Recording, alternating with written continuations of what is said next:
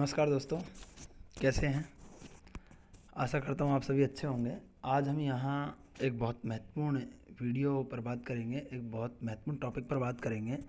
जो बहुत सारे छोटे भाई बहन हैं मेरे, वो पूछते रहते हैं। उनका एक ही क्वेश्चन रहता है कि सर कैसे तैयारी करें, कैसे स्कूल लेक्चरर बने, कैसे व्याख्याता बने। इस चीज़ को लेकर के उनके क्वेश्चन रहते हैं।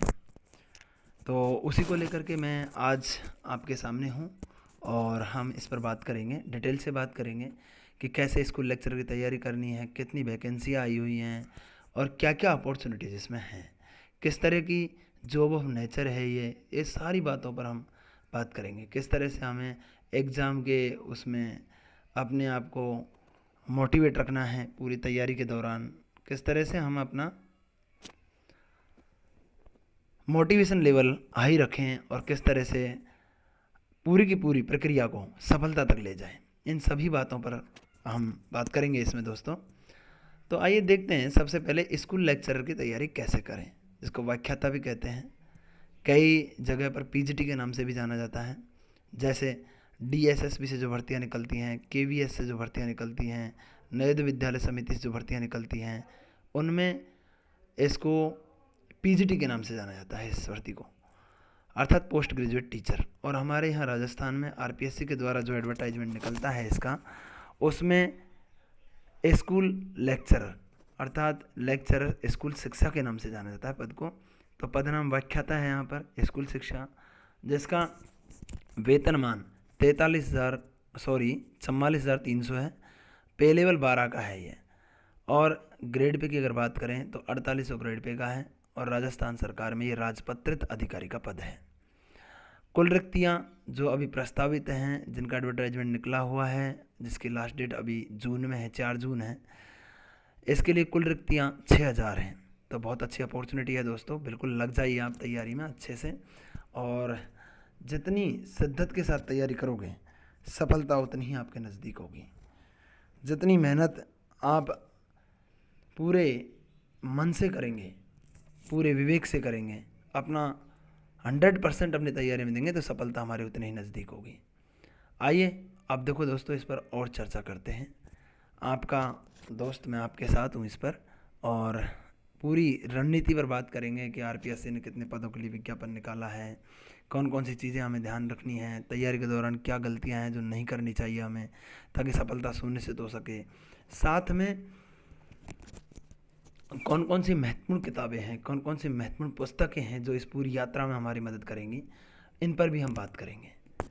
तो ये वीडियो काफ़ी मददगार साबित होगा आपके लिए। पूरा देखिए एंड तक, आपको बिल्कुल मोटिवेट करेगा। जब भी आपको लगे, हताश होने लगे आप, तो इस वीडियो को देखिए बार बार, और आप बिल्कुल एक नई ऊर्जा से भर जाएंगे, एक नई एनर्जी से भर जाएंगे। इसमें सारी उन बातों को करेंगे हम जो एक परीक्षार्थी सामान्यतया परीक्षा अवधि के दौरान करता है, तैयारी के दौरान करता है। जब परीक्षा में बैठता है तो प्रश्न पत्र हल करते समय जो गलतियां करता है, उन पर भी हम बात करेंगे। आपको उन सभी गलतियों से दोस्तों बचना है, और जब आप उन गलतियों से बचेंगे तो सफलता बिल्कुल आपके साथ होगी।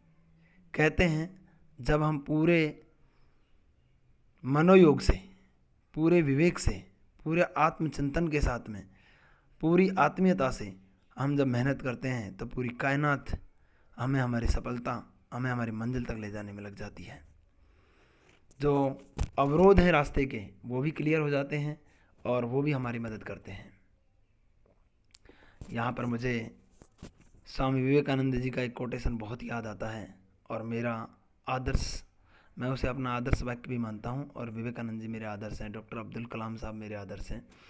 तो उनका एक स्टेटमेंट है, उठो, जागो और तब तक नहीं रुको जब तक कि अपना लक्ष्य प्राप्त ना हो जाए। तो दोस्तों बिल्कुल अपन को रुकना नहीं है, तब तक कंटिन्यू मेहनत करनी है, अपनी रणनीति बना करके मेहनत करनी है, ताकि हम इसमें सफलता प्राप्त कर सकें। ऐसे डॉक्टर अब्दुल कलाम साहब कहते हैं कि सपने वो नहीं होते जो नींदों में देखे जाते हैं, सपने वो होते हैं जिनके लिए नींद नहीं आती है। तो हमें अपने सपनों को पूरा करना है, हमें अपने परिवार को ऊपर उठाना है, हमें अपने समाज को ऊपर उठाना है, हमें अपने देश को ऊपर उठाना है। इसके लिए हमें खुद मेहनत करनी होगी। शिक्षा के ज़रिए, एजुकेशन के ज़रिए मेहनत करके हम समाज में योगदान दे सकते हैं। अच्छे राजसेवक बन करके जनता की अच्छी सेवा कर सकते हैं। तो ये बहुत अच्छा अवसर है राजपत्रित अधिकारी बनने का, समाज के लिए कुछ बेहतर करने का, क्योंकि हम एक ऐसी जगह भर्ती होने जा रहे हैं दोस्तों, स्कूल जो ऐसा प्लेटफॉर्म है जहाँ पर ज़्यादा से ज़्यादा हम उन बच्चों के भविष्य को संवारने की कोशिश करते हैं जो इस देश के भावी कर्णधार हैं, जो इस देश के भावी नागरिक हैं। तो हमें ऐसे में उनके लिए काम करने के लिए बेहतर अवसर है और हमें काम करना चाहिए इस पर। तो इस स्कूल व्याख्याता भर्ती परीक्षा को लेकर के अभी आरपीएससी ने डेट भी जारी कर दी है और समय हमारे पास में काफ़ी कम है।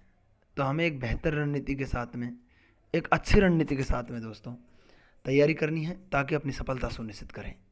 देखते हैं, आइए इस पर चर्चा करते हैं, हम मिल कर के इस पर चर्चा करते हैं। आपको इन बातों का ध्यान रखना है और आपकी तैयारी को लगातार बढ़ाना है ताकि अपनी सफलता सुनिश्चित कर सकें। तो एक बार पुनः हम इस पर फोकस करते हैं, देखते हैं सबसे पहले हमें क्या करना है। इसका सफलता की जो सीढ़ी चढ़ने के लिए पहली जो कड़ी है हमारी, वो क्या है, हम उसको देखें। तो सबसे पहले दोस्तों मैं ये मानता हूँ, कोई भी भर्ती आती है, कोई भी एग्ज़ाम होती है, तो सबसे पहले मानता हूँ कि मैं वहाँ से जो वेबसाइट है, उसकी विभागीय वेबसाइट है, उससे सबसे पहले हम सिलेबस को डाउनलोड करें। यहाँ पर मैंने लिखा है कि आरपीएससी की जो साइट है उस पर जा कर के हम वेबसाइट को विजिट करें और वेबसाइट को विजिट करके सिलेबस को डाउनलोड कर लें। अब वो सिलेबस कैसे डाउनलोड करेंगे, इस पर हम बात करते हैं। सिलेबस को डाउनलोड करने के लिए आपके सामने आरपीएससी की वेबसाइट का ये पेज खुला हुआ है। इंटरफेस इस तरह से खुलेगा, जैसे ही आप गूगल में आरपीएससी सर्च करेंगे तो आपको आरपीएससी का पेज इस तरह से खुला हुआ दिखाई देगा। अब इस पेज में आप देखें, इस पेज में क्या क्या नज़र आ रहा है, हमें जनरल इन्फॉर्मेशन नज़र आ रही है, कैंडिडेट इन्फॉर्मेशन नज़र आ रही है, RPSC online, other link, report और रीच आरपीएससी। इसके साथ ही मैंने सिलेबस सेक्शन पर जा कर के क्लिक किया है। तो यहाँ पर एग्ज़ाम का ईयर, आप एग्ज़ाम का ईयर डाल करके सिलेबस सेलेक्ट कर सकते हैं। साथ में आरपीएससी की साइट पर स्क्रीन पर न्यूज़ हेडलाइन चलती रहती हैं, उसमें भी सिलेबस का लिंक आता रहता है। वहाँ से प्रीवियस क्वेश्चन पेपर, सिलेबस, इनको आप डाउनलोड कर लें निश्चित रूप से और देखें। अब देखो, हमने सबसे पहले इसको खोल लिया आरपीएससी की साइट को और यहाँ से हम इस सेक्शन से सिलेबस को डाउनलोड करते हैं सबसे पहले। इसके बाद में दूसरा काम आता है हमारा, सिलेबस देखने के बाद में सिलेबस डाउनलोड कर लिया, सिलेबस देख भी लिया। अब दूसरा काम आता है कि स्कूल लेक्चरर भर्ती के जितने भी पेपर हुए हैं पहले, प्रीवियस जो पेपर्स हैं, प्रीवियस जो क्वेश्चन पेपर्स हैं, उनको हम डाउनलोड करें साइट से, क्योंकि ऑथेंटिक जगह है ये, यहाँ से हमें सही सूचना मिलेंगी बिल्कुल। कई बार गाइडों में कुछ गलत मिसप्रिंट हो जाता है, कुछ और चीज़ हो जाती है, इसलिए दोस्तों मैं आपको रिकमेंड करूँगा कि आप स्कूल लेक्चरर भर्ती के जितने भी प्रीवियस पेपर्स हैं उनको आरपीएससी की वेबसाइट से डाउनलोड करें। अब आप जब आरपीएससी की साइट पर जाएंगे, प्रीवियस क्वेश्चन पेपर सर्च करेंगे तो आपको इस तरह का इंटरफेस दिखाई देगा और इस इंटरफेस पर आप देख लें कि सबसे पहले इसको खोलें और देख लें, प्रीवियस क्वेश्चन पेपर नाम से एक टैब खुल रहा है हमारे पास में। जैसे मैंने 2015 इसमें सर्च किया और सर्च करने के बाद में हमें ईयर, एग्ज़ाम ईयर आ गई है, उसके बाद नेम ऑफ एग्ज़ाम आ जाएगा, तो स्कूल लेक्चरर एग्ज़ाम आ जाएंगे हमारे सामने। यहाँ से हम अपने हिसाब से सेलेक्ट कर लेंगे, उनको सेलेक्ट करने के बाद में डाउनलोड कर लेंगे। जीके के क्वेश्चन पेपर्स को भी देखेंगे, जीके के क्वेश्चन पेपर्स को भी डाउनलोड करेंगे। और मैं ये कहूँगा दोस्तों आपसे कि सब्जेक्ट और जीके, जनरल अवेयरनेस का जो पेपर है फर्स्ट पेपर, उसको दोनों को हम डाउनलोड करें। वर्ष 2013-14 की जो डायरेक्ट रिक्रूटमेंट हुआ था, सीधी भर्ती हुई थी, उसके क्वेश्चन पेपर्स को डाउनलोड करें। 2015 में भर्ती हुई जिसमें मेरा सिलेक्शन हुआ, तो उसको डाउनलोड कर लें आप, 2015 की भर्ती वाले क्वेश्चन पेपर्स को। साथ में 2018 में क्वेश्चन पेपर जो हैं उनको भी डाउनलोड कर लें। सभी क्वेश्चन पेपर्स को डाउनलोड करके जीके और सब्जेक्ट, आपका जो भी सब्जेक्ट है, चाहे आप ज्योग्राफी से हैं, चाहे आप फिजिक्स से हैं, चाहे केमिस्ट्री से हैं, चाहे हिस्ट्री से हैं, पॉलिटिकल साइंस से हैं, जिस भी विषय से हैं आप, सबसे पहले काम करिए सिलेबस डाउनलोड करने का। सिलेबस देखने के बाद में हम क्वेश्चन पेपर डाउनलोड करें, उनका एनालिसिस करें, क्योंकि इस एग्ज़ाम का जो लेवल है वो है सीनियर सेकेंडरी, ग्रेजुएशन और पोस्ट ग्रेजुएशन। इस कोर्स को इसमें शामिल किया गया है। तो निश्चित रूप से हमने पहले कुछ पढ़ रखा है उसके बारे में, ऐसा बिल्कुल भी नहीं है कि हम कुछ जानते नहीं हैं, उस सिलेबस को हमने पढ़ा ही नहीं है, अनटच है। हमें बिल्कुल ये देखते ही समझ में आ जाएगा कि ये सेकेंडरी लेवल का है, सॉरी ये सीनियर सेकेंडरी लेवल का है, ये ग्रेजुएशन लेवल का है और ये पोस्ट ग्रेजुएशन लेवल का मैटर है। बिल्कुल इसमें पार्टीशन भी किया हुआ है सिलेबस में। आपके साथ में एक वीडियो और लेकर के आऊँगा मैं, उसमें सिलेबस को लेकर के भी चर्चा करेंगे पूरी। जीके का सिलेबस कैसे तैयार करना है, वो सब्जेक्ट कैसे तैयार करना है, इस पर हम बात करेंगे। तो दोस्तों अब देखते हैं, हमने दो काम हमने कर लिए हैं। सबसे पहले हमने सिलेबस डाउनलोड किया, दूसरे नंबर पर हमने काम किया है क्वेश्चन पेपर्स को डाउनलोड करने का। फिर एनालिसिस करेंगे क्वेश्चन पेपर्स का, ताकि हमें पता लग सके कि कौन से सेक्शन से कितने क्वेश्चन आ रहे हैं, क्या प्रश्न पत्र का ट्रेंड है, किस तरह के प्रश्न पूछे जा रहे हैं और किस तरह के क्वेश्चंस को हम जल्दी सॉल्व कर सकते हैं। तो ये सारी चीज़ें हम क्वेश्चन पेपर को डाउनलोड करके एनालिसिस करके पता लगा सकते हैं। अब देखो अगले स्टेप में हम क्या करें दोस्तों, जैसे हमने यहाँ पर देखे हैं क्वेश्चन पेपर से इस तरह से डाउनलोड हो जाएंगे आपके सामने। अब जैसे यहाँ पर हमने कुछ निकाल दिया, question paper for assistant agriculture officer 2015 का paper 2, question paper for assistant agriculture officer paper first 2015। तो यहाँ से क्लिक करके डाउनलोड कर लेंगे। ऐसे ही स्कूल लेक्चर के पेपर भी आपके सामने खुल जाएंगे और आप उनको डाउनलोड कर लें। अब हमारा काम आता है, जो मैंने अभी बताया था आपको, कि प्रीवियस जो क्वेश्चन पेपर्स हैं, जो जीके और ऑप्शनल या सब्जेक्ट, उनको डाउनलोड हमने कर लिया है। डाउनलोड करने के बाद में उनको एनालिसिस हम करें। उन क्वेश्चन पेपर्स का एनालिसिस बड़ा इंपॉर्टेंट है। क्वेश्चन पेपर्स का एनालिसिस करके हमें पता लग जाएगा कि कौन से सेक्शन से कितने क्वेश्चन पूछे गए हैं, क्वेश्चन पेपर का स्टैंडर्ड क्या है, किस तरह के प्रश्न हैं जिन्हें हम अच्छे से सॉल्व कर सकते हैं, कौन से सेक्शन में हमें कठिनाई महसूस हो रही है, उस सेक्शन को हम अच्छे से तैयार करें। आगे देखते हैं।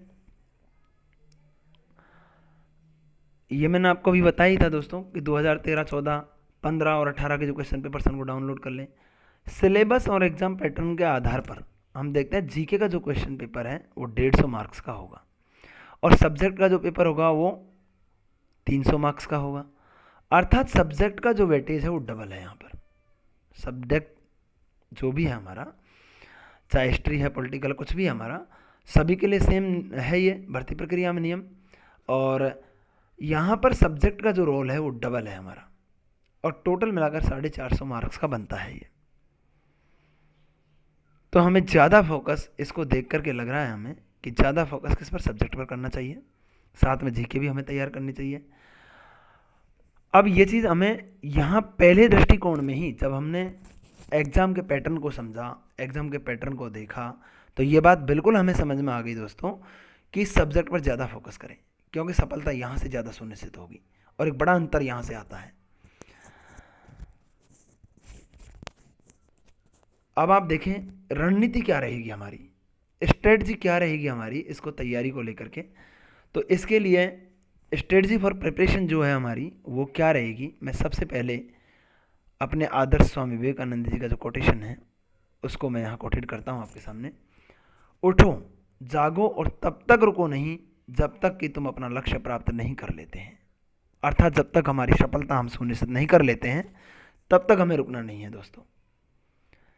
अब इसी खंड में हम आगे चलते हैं, क्योंकि हमने दृढ़ निश्चय कर लिया है कि हमें बनना है और स्कूल लेक्चरर बनना है। बहुत अच्छी भर्ती है, 4800 ग्रेड पे की नौकरी है, आपके सपनों को पूरे करने वाली चीज़ें हैं। अब देखिए, सर्वप्रथम अपने सिलेबस को हम क्या करें, यूनिट वाइज विभाजित कर लें। सिलेबस के अंदर यूनिट बनाई हैं या नहीं बनाई हैं इससे हमें कोई मतलब नहीं है, लेकिन जो टॉपिक, जो चैप्टर दिए हैं हमको, उन टॉपिक्स को, उन चैप्टर्स को हम खंडों में बांट लें, यूनिट बना लें अपने हिसाब से और बना करके और वीकली टॉपिकों का निर्धारण करें कि एक वीक में हमें कितना पढ़ना है, कैसे पढ़ना है। कोशिश करें कि 100% उसको हम कंप्लीट करें। जैसे हमने एक वीक का समय लिया, मैं आपको एक एग्जांपल से समझाऊंगा। इसमें एक वीक का हमने समय लिया और उस एक वीक के अंदर हमने कौन से टॉपिक निर्धारित किए हैं, कोशिश करें कि उसी वीक के अंदर 100% उनको कंप्लीट करें। यह हमारा पहला चरण है। अब देखो, जैसे हम मानते हैं आज 31 मई है, मैं कल से निर्धारित करता हूँ कि जैसे 1 जून से लेकर के 7 जून तक हमने टॉपिकों को निर्धारित किया है। तो टॉपिक जब निर्धारित किए हैं हमने 1 जून से लेकर के और 7 जून तक जो डेट लिए हमने, उस डेट में हम देखें, उस डेट में सबसे पहले हम देखें कि जैसे फॉर एग्जांपल हमने लिया था भारत के भूआकृतिक प्रदेश और भारत के जलवायु, ये टॉपिक हमने निर्धारित किया। इंडियन ज्योग्राफी का टॉपिक है ये। और इंडियन ज्योग्राफी के इस टॉपिक के अंदर हमने भारत के भूआकृतिक प्रदेश अर्थात फिजियोग्राफिक डिवीजन ऑफ इंडिया और क्लाइमेट ऑफ इंडिया, तो इन दोनों टॉपिक्स को हमने लिया। इसके अंदर हमें कैसे इसको तैयार करना है ये हम देख रहे हैं। तो इसको कोशिश करें कि नोट्स बना करके, अच्छी बुक्स पढ़ करके, अच्छी चीज़ें देख करके, अच्छा कंटेंट पढ़ करके हम इसको तैयार कर लें, फिक्स अपने टाइम लिमिट के साथ साथ। आगे देखें, यदि साप्ताहिक समय सारणी जो हमने निर्धारित की है और उस समय सारणी के अंदर जो हमने वीकली टाइम टेबल निर्धारित किया है, उस टाइम टेबल के अंदर कुछ छूट जाता है, मान लो हम उसको कवर नहीं कर पाते हैं, तो उसे अगली सप्ताह की समय सारणी है उसके साथ साथ कवर करें। ये सफलता की पहली सीढ़ी है दोस्तों, मैं बता रहा हूँ आपको, क्योंकि इसमें चूक नहीं होनी चाहिए, इसमें मिस्टेक नहीं होनी चाहिए। चाहे हम कितने भी बिजी रहें, चाहे कैसे भी ज़रूरी काम हमारे आ जाएं, लेकिन उसके साथ साथ हमें ऐसे मैनेज करना है कि समय निर्धारित जो किया उसी में हम उस सिलेबस को कंप्लीट करें। आगे अगला चरण हमारा रहेगा कि शॉर्ट नोट्स तैयार करें, लाइन टू लाइन कॉपी नहीं करें। कई बार मैंने देखा है हमारे छोटे भाई बहन हैं जो तैयारी करते हैं, वो सभी तैयारी के दौरान किताब में से लाइन टू लाइन अपने नोट्स बना लेते हैं, उससे कोई फ़ायदा नहीं है। पता चले हमारी किताब जो है, हमारी जो पुस्तक है, जैसे ये है भारत का एक मेरे पास में किताब है, ये भारतीय संविधान एवं राज्य व्यवस्था, आप देख रहे हैं। इस किताब के अंदर जैसे हम देखते हैं कि टोटल जो पेजों की संख्या है वो कितनी है हमारी, 390 पेज हैं इसके अंदर। कितने पेज हैं इसके अंदर, 390। पता चले कि हमारे जो नोट्स हैं रिटन में जब हम लिखते हैं तो वो वैसे ही ज़्यादा बढ़ जाते हैं और 500 पेज के तो हमारे नोट्स ही हो गए, तो क्या फ़ायदा हुआ उससे। हमारी किताब भी 390 पेज की है और हम उसको ले जाते हैं कहाँ पर, लिख लिख करके 500 पेज तक, तो कोई फ़ायदा नहीं उससे। क्योंकि इस किताब का फ़ायदा तभी है नोट्स बनाने का और पढ़ने का, जब हम कोई भी हमारी पुस्तक हो जिसे हम पढ़ रहे हैं तो उस किताब के नोट्स, जैसे हमारी 390 पेज की किताब है तो उसको हम शॉर्ट करके नोट्स बना करके मात्र 90 पेज के अंदर लिया है, या इससे भी कम लाने की कोशिश करें तो ही हमारी सार्थकता है। तो आप देखें दोस्तों, शॉर्ट नोट्स तैयार करें, लाइन टू लाइन इसको कॉपी बिल्कुल भी नहीं करें। साथ में सबसे इम्पोर्टेंट चीज़ जो आती है पूरी परीक्षा की तैयारी के दौरान, वो आती है सेल्फ स्टडी। इसको अपनी आदत बनाएं आप, इसका कोई विकल्प नहीं है। सफलता के लिए बहुत ज़रूरी है सेल्फ स्टडी। और साथ में जो भी कंटेंट आप पढ़ रहे हैं उस कंटेंट को पढ़ते टाइम फर्स्ट रीडिंग और सेकंड रीडिंग करने के बाद, फर्स्ट रीडिंग और सेकंड रीडिंग में कोई नोट्स नहीं बनाएं, थर्ड रीडिंग जब आप करें, तीसरी बार जब उसको पढ़ें आप, तब उसमें से बिल्कुल इंपॉर्टेंट चीज़ों को नोट्स में लिख लें। नोट्स का मतलब ही यही होता है कि इंपॉर्टेंट फैक्ट को हमने वहाँ लिख लिया है। अगर सीधी भाषा में हम समझें तो बिल्कुल नोट्स का मतलब ये होता है, दही से हम जब बिलो करके घी निकालते हैं तो वो घी निकालना होता है।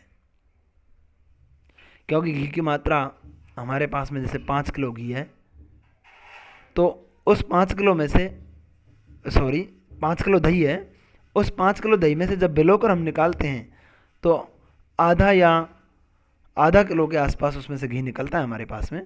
तो वो क्या है, उसका एकदम क्रक्स है।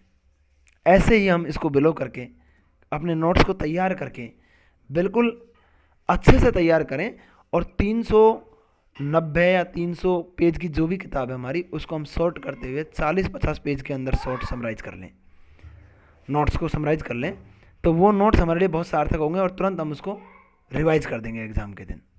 क्योंकि पूरी किताबों को बार बार पढ़ना संभव नहीं हो पाता है।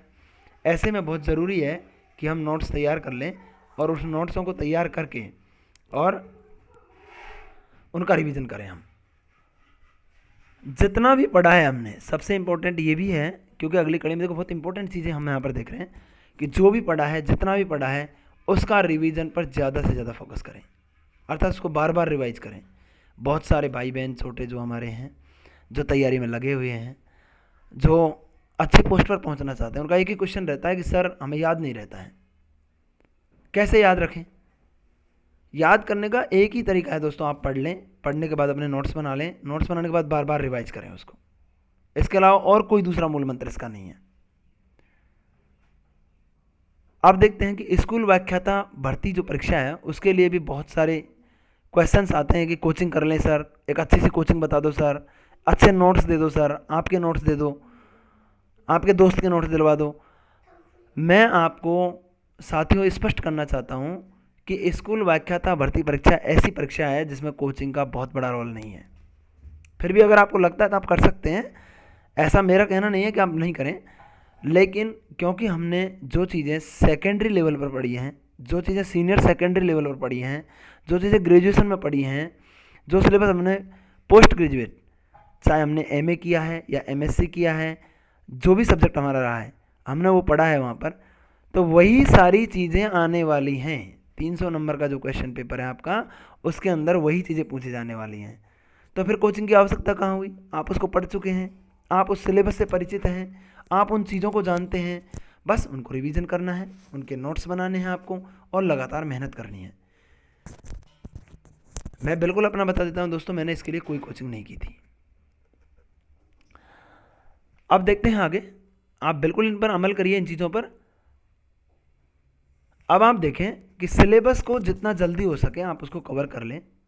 साथ में अगर कोई कोचिंग करता है तो कोचिंग से फ़ायदा ये मिल सकता है कि उनका कोर्स जल्दी कवर हो जाता है, पर ध्यान इस बात का रहे कि जो कंटेंट हम पढ़ रहे हैं, जो कोचिंग में हमें पढ़ाया जा रहा है, वो बिल्कुल क्वालिटी का होना चाहिए जिसकी स्टडी हम कर रहे हैं। ऑथेंटिक बुक्स को आप पढ़ें दोस्तों। यदि किसी कोचिंग सेंटर के अच्छे नोट्स आपको मिल जाते हैं तो उसका भी आप सहारा ले सकते हैं। यहाँ पर कोई टॉपिक है जो आपको समझ में नहीं आ रहा है, मान लो हमारे सिलेबस में इस तरह कोई टॉपिक है वो समझ में नहीं आ रहा है, तो उसके लिए हम किसी अच्छे कोचिंग सेंटर का नोट्स, जहाँ आपके दोस्त कर रहे हैं या आप खुद कर रहे हैं, उसका सहारा भी हम ले सकते हैं। साथ में गूगल का हम सहारा ले सकते हैं।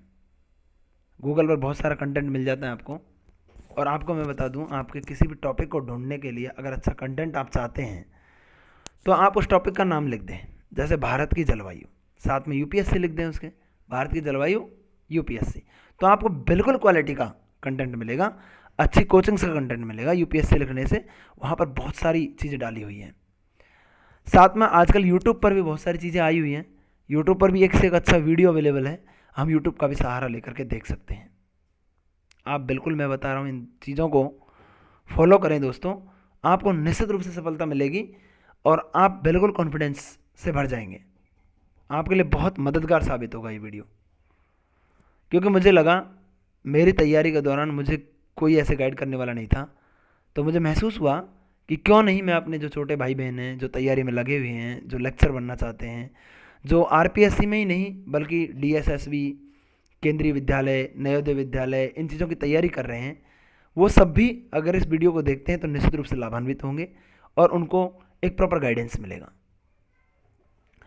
अब देखो दोस्तों, अब आते हैं और भी बिल्कुल धरातल पर कि सिलेबस जो है हमारा, जो हमने डाउनलोड किया है, उसकी हार्ड कॉपी को अपने टेबल पर रखें आप।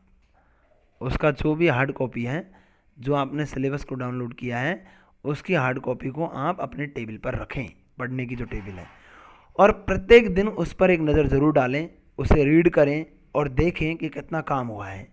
जो टॉपिक निर्धारित किए थे उन्हें कितने प्रतिशत तक आपने कवर कर लिया है, या कितना एनालिसिस उस पर हुआ है, कितना काम उस पर हुआ है, इस चीज़ को आप प्रत्येक दिन एनालिसिस करें। तो आप बिल्कुल अपनी तैयारी से जुड़े रहेंगे, बिल्कुल धरातल पर जुड़े रहेंगे। आपको बिल्कुल पता होगा कि ये टॉपिक मेरे कंप्लीट हो चुके हैं, ये टॉपिक मेरे अभी रुक रहे हैं, ये टॉपिक अभी मैं कवर नहीं कर पाया हूँ, और इन्हें कितने टाइम पीरियड में मुझे कवर करना है। ये सारी चीज़ें आपके दिमाग में रहेंगी।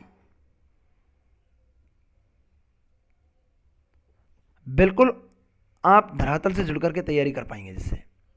अब कुछ चीज़ें हैं, जैसे मैं बताता हूँ दोस्तों, जो पढ़ने के और तरीके हैं उनमें, जैसे आपके पास में मान लो भूगोल विषय है। भूगोल विषय को जब आप पढ़ते हैं तो एटलस की सहायता से पढ़ें, मैप के माध्यम से पढ़ें। मैप के माध्यम से जो चीज़ें आती हैं उनको नोट करके पढ़ें, जैसे प्रमुख नदियां हैं, प्रमुख दर्रे हैं, हिमालय पर्वत के दर्रे हैं, पश्चिमी घाट पर्वत के दर्रे हैं, पास हैं, तो उनको आप क्या करेंगे, मैप के अंदर डिनोट करके पढ़ें। पहाड़ियों की स्थिति कहाँ है, कौन सी पर्वत श्रेणी कहाँ पर स्थित है, इन सभी चीज़ों को अगर मैप के अंदर नोट करके आप पढ़ते हैं, ड्रॉ करके पढ़ते हैं, तो आपको लंबे टाइम तक चीज़ें याद रहेंगी। और यहाँ से भूगोल में बहुत सारी चीज़ें पूछी जाती हैं। जैसे स्कूल लेक्चर की बात करें या 11th स्टैंडर्ड का जो अभी सिलेबस है वो देखा मैंने, तो उनकी बात करें तो एक सीधे सीधे टॉपिक लिखा हुआ है इंडियन ज्योग्राफी में कि physiographic division of India, Bharat के भूआकृतिक प्रदेशों का विभाजन। तो ये सारी चीज़ें इसके अंदर हैं, पर्वत, पहाड़, पठार, ये फिजियोग्राफिक डिवीजन है, मैदान। अब इनको हम अगर एटलस के द्वारा पढ़ते हैं, मानचित्र में डिनोट करके पढ़ते हैं, मानचित्र मैपिंग करके पढ़ते हैं, तो बिल्कुल हमें लंबे टाइम तक याद रहेंगी। ऐसे ही जो दूसरे सब्जेक्ट हैं आपके, उनमें भी आप इस तरह की पढ़ने की टेक्निक्स का प्रयोग करें। आगे देखो, आगे जो रणनीति है हमारी दोस्तों, उसको देखते हैं हम कि जो कंटेंट है उस पर हम कमांड बनाने के लिए इन चीज़ों का सहारा लें कि जो भी पढ़ा है हमने ये सुनिश्चित कर लें कि इसमें से मेरा कोई क्वेश्चन गलत नहीं होगा। इस तरह से हम पढ़ें ताकि हम इस बात के कॉन्फिडेंस में आ जाएं कि यहाँ से पढ़े हुए टॉपिक से मेरा कोई भी क्वेश्चन गलत नहीं होगा। अब देखिए, आरपीएससी के द्वारा आयोजित स्कूल व्याख्याता भर्ती परीक्षा के लिए एक बार पुनः मैं उसी चीज़ पर फोकस करता हूँ कि इसके समान जो परीक्षाएं हैं, इसके इक्वलेंट जो एग्ज़ाम्स हैं, जैसे केंद्रीय विद्यालय का पीजीटी का एग्ज़ाम है, नवोदय विद्यालय एनवीएस का पीजीटी का एग्ज़ाम है, डीएसएसबी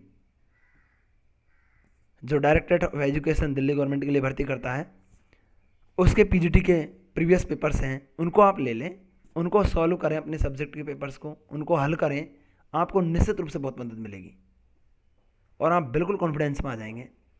और मैं कहता हूँ कि अगर ये सब कर लेते हैं आप, मान लो, तो बहुत सारे क्वेश्चन तो डायरेक्ट एग्जाम में रिपीट होते हैं, वो क्वेश्चन हमें सीधे यहाँ से मिल सकते हैं।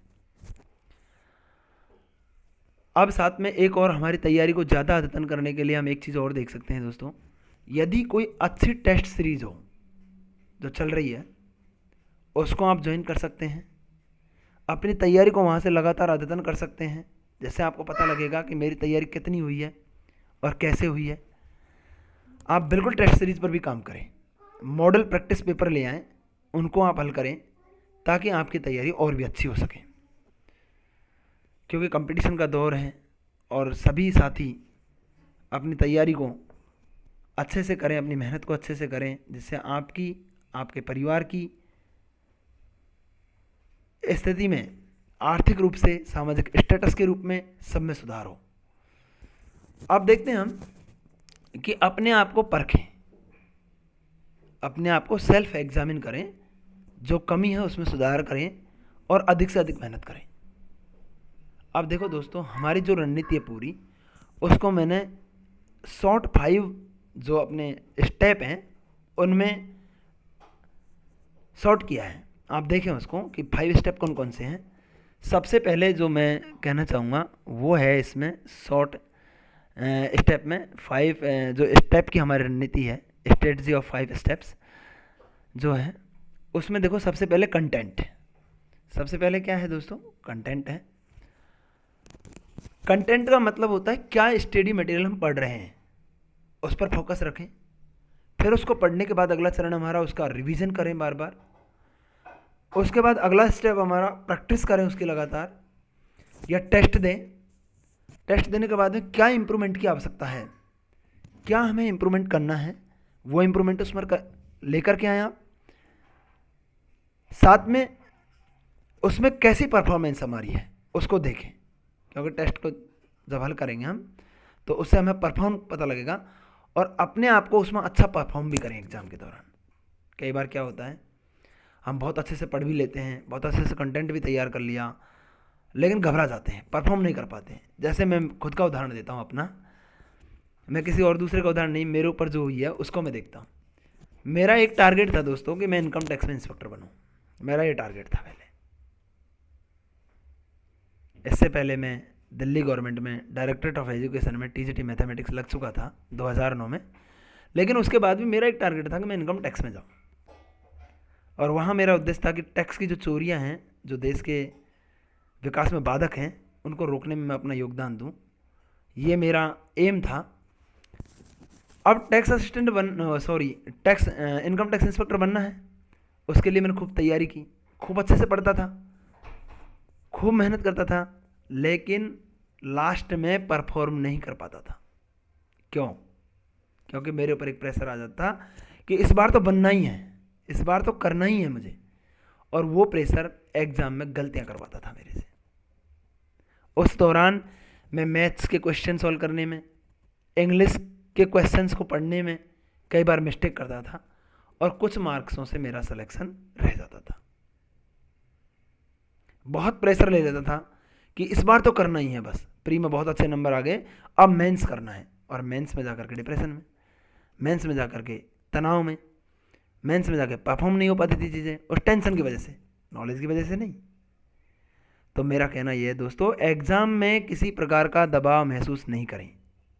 बस अभी हमारा जो काम है वो है सिलेबस को कंप्लीट करें। सफलता अपने आप प्राप्त होगी आपको, सफलता बिल्कुल अपने आप प्राप्त होगी आपको। अब अगला स्टेप हम देखें कि ज़्यादा से ज़्यादा सिलेबस को तैयार करें, साथ साथ सामान्य ज्ञान का जो प्रश्न पत्र है उसको भी हम तैयार करें। पूरी परीक्षा अवधि की तैयारी के दौरान, अर्थात जो भी एग्ज़ाम पीरियड है हमारा, उसमें परीक्षा अवधि में तैयारी से लेकर के पेपर में बैठने तक think positive and go ahead, think positive and go ahead. अच्छा सोचें, सकारात्मक सोचें और आगे बढ़ते रहें। बस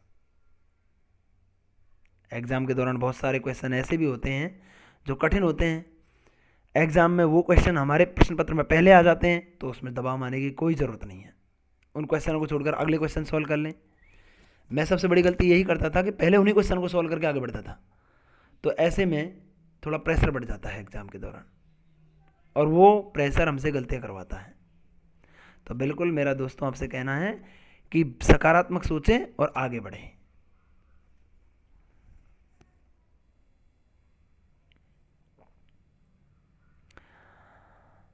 सफलता की इस यात्रा में एक काम है जो आपको स्वयं करना है खुद को, वो है मोटिवेट रहें, पॉजिटिव सोचें, कॉन्फिडेंट रहें अपने आप में, आत्मविश्वास रखें, और अपने पिछले जो एकेडमिक रिकॉर्ड है उस पर बिल्कुल भी फोकस नहीं करें। आप नहीं अपने किसी दोस्त के एकेडमिक रिकॉर्ड से अपने को कंपेयर करें। ये बिल्कुल नहीं सोचें कि मेरे तो बीएससी के कम परसेंटेज थे, दोस्त के तो ज़्यादा हैं, एमएससी भी उसने टॉप किया है, गोल्ड मेडलिस्ट है, मैंने कम किया है। कोई फ़र्क नहीं पड़ता दोस्तों इससे, क्योंकि वो कोई मायने नहीं रखता। अब आपकी जो मेहनत है, जैसे एग्ज़ाम में आप बैठने जा रहे हैं, वो एक अलग एग्ज़ाम है, वो एक नया एग्ज़ाम है, आप उसके लिए तैयार करें अपने आप को।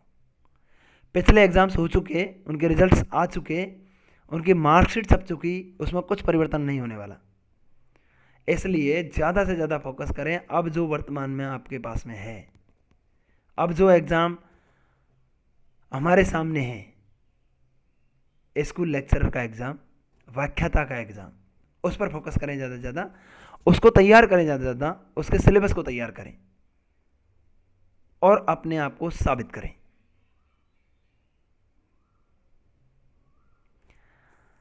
बिल्कुल अपना पूरा जोर लगा दें, पूरे आत्मीयता के साथ पढ़ें, मशीनी संबंध बिल्कुल नहीं रखें किताबों के साथ में कि बस पढ़ लिया थोड़ा सा रख दी, ऐसे बिल्कुल नहीं, पूरी आत्मीयता से पढ़ें। और जितना पढ़ सकते हैं दोस्तों उतना पढ़ें। जब आपको लग जाए, बिल्कुल थक जाएं कि मैं तो ईसु ज़्यादा कौन पढ़ सकूं, अब ईसु ज़्यादा पढ़ाई कौन होवे, तब जा कर के आप लाइट बंद करके सोएं, खूब पढ़ें, मन लगा करके पढ़ें। अब देखो दोस्तों, आगे इस पूरी सफलता की जो जर्नी रहेगी हमारी, उसमें हमें कौन कौन सी और चीज़ें करनी है।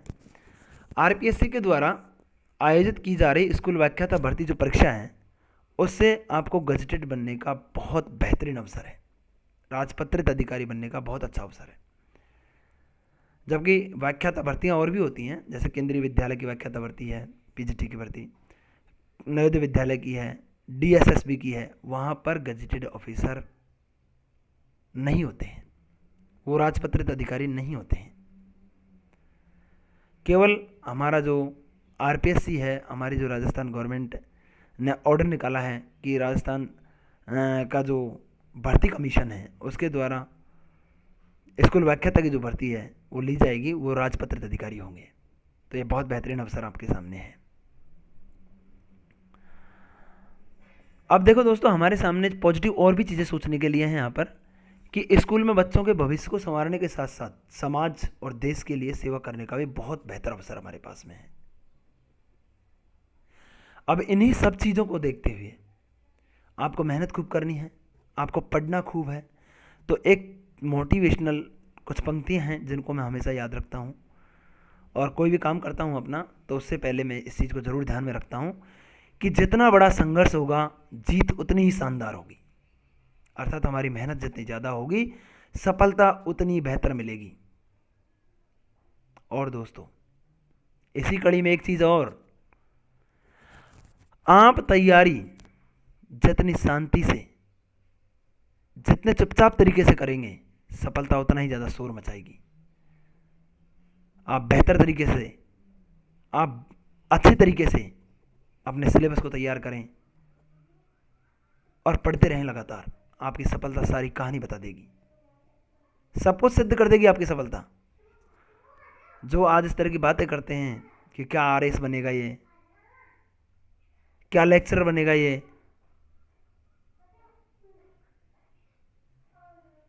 पुलिस कांस्टेबल का परीक्षा पास नहीं हो रही इससे, स्कूल लेक्चर कैसे बनेगा ये सारी बातें धूमिल हो जाएंगी। आप मेहनत करें, आपकी सफलता सब कुछ कह देगी। तो दोस्तों, बिल्कुल तैयारी में लगे रहें, अपने आप को बिल्कुल तैयार रखें।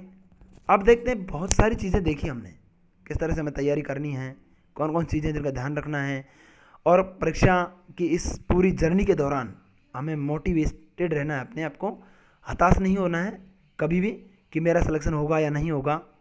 इस संदेह में आप बिल्कुल नहीं रहें, बस अपने आप पर आत्मविश्वास रखें कि सभी मेरे जैसे तैयारी कर रहे हैं और मुझे उन सभी से ज़्यादा पढ़ना है। बस आप पढ़ाई करते रहें। अब हम पैटर्न को देखते हैं कि एग्ज़ाम का पैटर्न क्या है। आओ देखो दोस्तों, मार्क्स और पैटर्न। तो एग्ज़ाम का जो पैटर्न है, मार्क्स है, वो किस तरह से डिसाइड किया है उसको हम देखते हैं।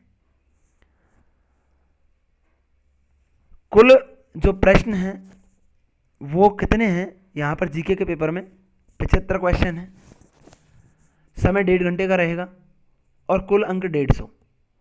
लेकिन यहाँ पर एक बात ध्यान रखने की है कि नकारात्मक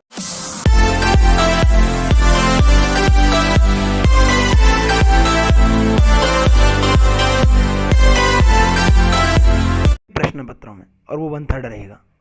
अर्थात 3 क्वेश्चन गलत हो जाते हैं तो 1 क्वेश्चन सही के मार्क्स कट जाएंगे आपके। तो इसलिए नकारात्मक अंकन से आपको बचना है इसमें पूरी सीरीज में। साथ में सब्जेक्ट की अगर बात करें तो सब्जेक्ट के अंदर हम देखें तो कुल प्रश्न है हमारे 150 सब्जेक्ट के अंदर, 3 घंटे का समय रहेगा और कुल अंक 300।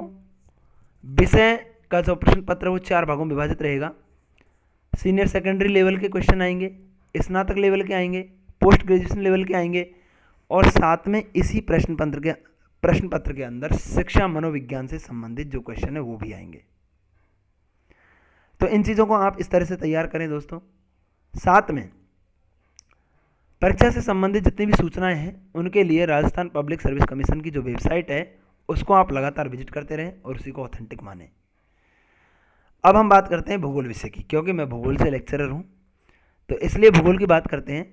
और यहाँ पर कुछ ऑथेंटिक बुक्स मैं आपको बताता हूँ, उन बुक्स का आप सहारा ले सकते हैं जो आपकी इस परीक्षा अवधि की जो यात्रा है, जो सफलता की जो यात्रा है, उसमें बहुत मददगार साबित होंगी।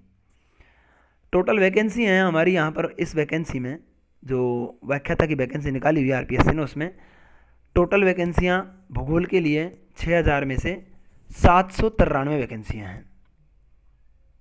अब एक अच्छी अपॉर्चुनिटी है, भर्तियाँ खूब हैं। अब हम कौन कौन सी पुस्तकें पढ़ें दोस्तों, उस पर बात कर लेते हैं। तो सबसे पहले एनसीईआरटी की जो बुक है कक्षा 11 और 12 की, जिनका मैं नाम आपको बता देता हूँ, उनको आप अच्छे से तैयार करें। एनसीईआरटी की पुस्तकों में भौतिक भूगोल के मूल सिद्धांत, भौतिक भूगोल के मूल सिद्धांत, भारत, भौतिक पर्यावरण, तीसरी किताब है हमारी मानव भूगोल के मूल सिद्धांत, जो कक्षा 12 में चलती है, वो दोनों 11 की हैं। एक है फिर चौथी किताब हमारी भारत के लोग और अर्थव्यवस्था।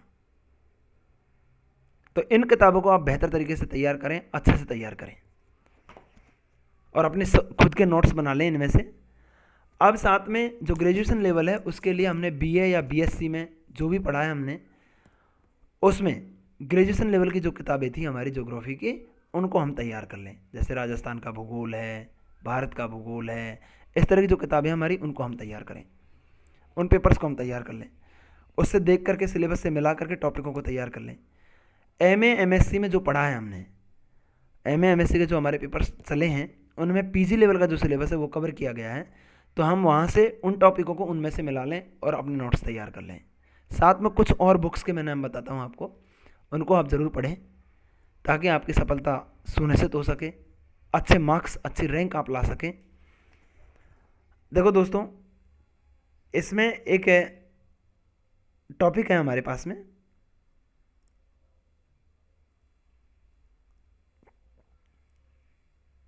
ज्योग्राफिकल थॉट, भौगोलिक चिंतन। उसके लिए माजिद हुसैन सर की किताब है, उसको आप पढ़ें।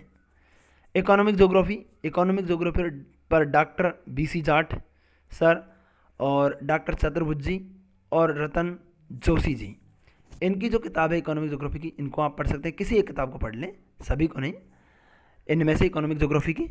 साथ में ज्योग्राफी ऑफ राजस्थान, अर्थात राजस्थान का जो भूगोल है उसके लिए डॉक्टर LR भल्ला साहब की किताब है, उसको आप पढ़ सकते हैं।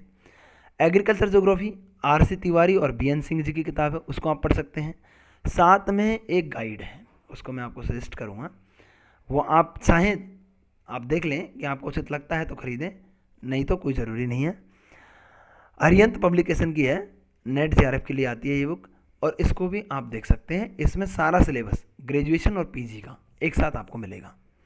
साथ में एक और बुक जो मैंने खूब पढ़ी, उसको भी आप देखें, वो है क्रॉनिकल, ज्योग्राफी की ऑप्शनल आती है, IAS मेंस के लिए पढ़ते हैं इसको, और मैंने भी IAS की तैयारी के दौरान इसको पढ़ा था।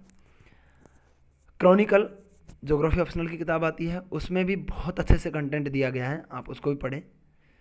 तो मुझे दोस्तों उम्मीद है कि पूरी जो उपरोक्त हमारी पुस्तक सूची है ना, वो आपकी तैयारी में बहुत ही मददगार साबित होगी।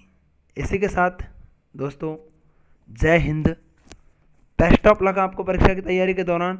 और यदि किसी प्रकार की और कोई समस्या महसूस करते हैं आप, तो कमेंट बॉक्स में ज़रूर बताइए, मैं आपकी किस तरह से मदद कर सकता हूँ। एक बार पुनः सभी साथियों को ढेर सारी हार्दिक शुभकामनाएं, और अपनी तैयारी अच्छे से करें। सभी को बेस्ट ऑफ लक।